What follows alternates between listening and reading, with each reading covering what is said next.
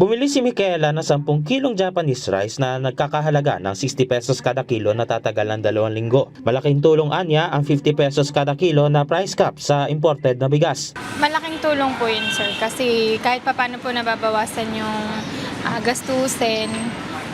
Pero kahit po ganun kasi kulang pa din po eh. Kumbaga mahal pa din po yung bigas para sa amin. Siguro po malalaan pa namin yun sa ibang bagay katulad ng mga sabon, mga shampoo, mga araw-araw na pangangailangan namin.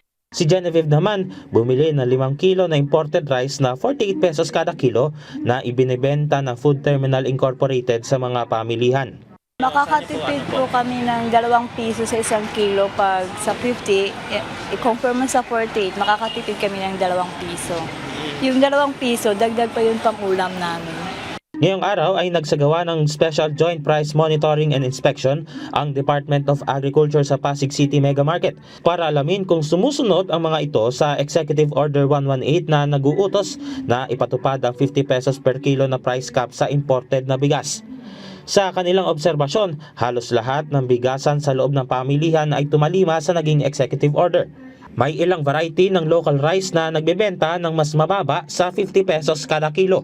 Ayon kay Agriculture Assistant Secretary Genevieve Velicaria Guevara, katuwang nila ang Department of Trade and Industry at ang Philippine National Police sa pagbabantay ng presyo ng mga bilihin. Kasama po natin sa kanila, extension po natin just in case po na hindi po tayo 24/7 na nandito po sa mga palengke, sa mga pamilihan. Sila po yung magbabantay at sisiguraduhin po na compliant po yung ating mga manininda dito po sa ating price cap. And basically, yung sa iba pa pong mga goods na tinitignan at minomonitor natin. May karampatang parusa ang mga lalabag sa price cap. Meron po kaming binibigay na notice of violation, bibigyan po natin sila ng 48 hours para mag-explain kung sakaling may makita po tayong violation. So, dadaan naman po to sa tamang proseso, hindi naman po basta-basta natin isasara yung retailer.